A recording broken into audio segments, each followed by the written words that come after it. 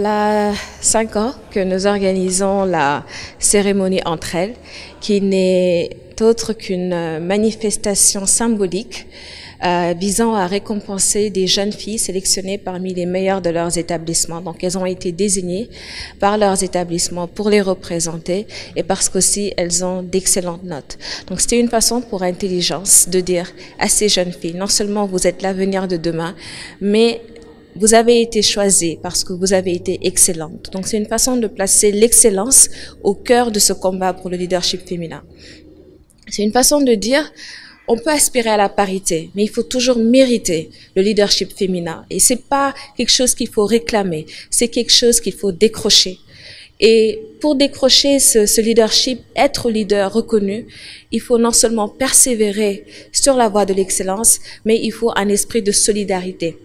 C'est ce qui explique qu'aujourd'hui, il n'y a que des femmes parce que nous voulions qu'elles soient ensemble, qu'elles comprennent que c'est un combat qu'on partage, un combat où il ne faudra pas être des rivales, il ne faudra pas être des concurrentes, il faudra être des sœurs. Et c'est ça qui a fait qu'aujourd'hui, l'ambiance était tellement chaleureuse parce que les filles ont porté la voix de leurs écoles, elles ont fait des plaidoyers et surtout, elles ont participé à cette vision vraiment qui consiste à dire que non seulement la femme est l'avenir de demain, mais comme le disait tout à l'heure une des femmes mentors, Oulimata Sarr, la femme est l'émergence. Et en ce 8 mars, bien entendu, nos pensées vont vers toutes ces femmes qui ne sont pas forcément ici aujourd'hui, mais qui dans leur foyer, dans leur maison vraiment, sont en train de former cette élite de demain. On doit donner aux femmes la chance de servir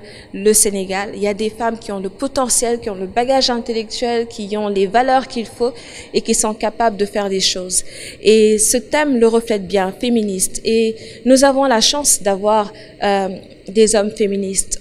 On célèbre la femme, mais il faut célébrer aussi ces hommes féministes, nos pères, les époux, les frères.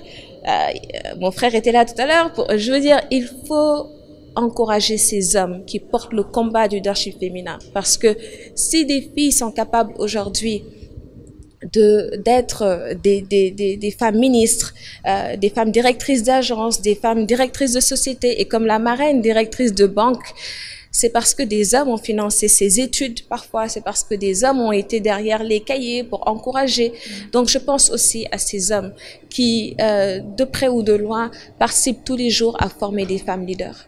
Aujourd'hui, mon combat pour le leadership féminin, il s'incarne tous les jours. D'abord, par rapport à moi-même, je me dis que j'ai une chance de pouvoir parler, de pouvoir porter des projets, d'avoir une société. C'est pas donné à tout le monde, mais quand on a cette chance, il faut non seulement donner la chance à d'autres, mais il faut s'appuyer sur ces acquis comme une plateforme pour dénoncer des injustices que continuent à subir les femmes. J'en veux pour exemple, comme vous le disiez tantôt, ces femmes qui n'ont pas les mêmes salaires que les hommes pour des mêmes postes. Je pense que, au contraire, les gens doivent se dire qu'aujourd'hui, non seulement il faut payer les femmes à hauteur de leur apport, parce que le contraire serait de la discrimination, mais il faut surtout qu'on oriente les femmes vers ces nouveaux métiers qu'on a trop longtemps réservés aux hommes.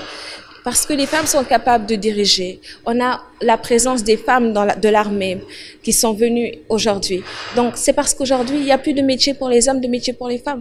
Donc, pour quelle raison est-ce que les femmes n'ont pas le même salaire? Je trouve que ce sont des disparités qui ne se justifient plus. Et ce sont des préalables à ce combat pour l'émergence qu'on veut mener ensemble. Il faut, à la base, que les femmes aient le droit d'être des citoyennes à part entière. Je tenais très sincèrement à remercier M. Serine Meicham, le ministre de l'Éducation nationale, qui nous a fait l'honneur, en dépit d'un agenda très chargé, de venir aujourd'hui présider la 5e édition de la cérémonie entre elles. C'est un événement qu'on a fait sans sponsor. Et pourquoi? Parce que les jeunes le méritent, les jeunes filles le méritent. Nous le disions tout à l'heure, parfois quand les gens font des événements, on peut penser que c'est pour avoir de l'argent, parce que c'est ça souvent le sens de l'événementiel. Mais aujourd'hui, notre événement, nous l'avons fait sans aucun sponsor. Nous l'avons financé sur fonds propres parce que nous estimons que c'est une conviction, un engagement que nous avons pris auprès des jeunes filles.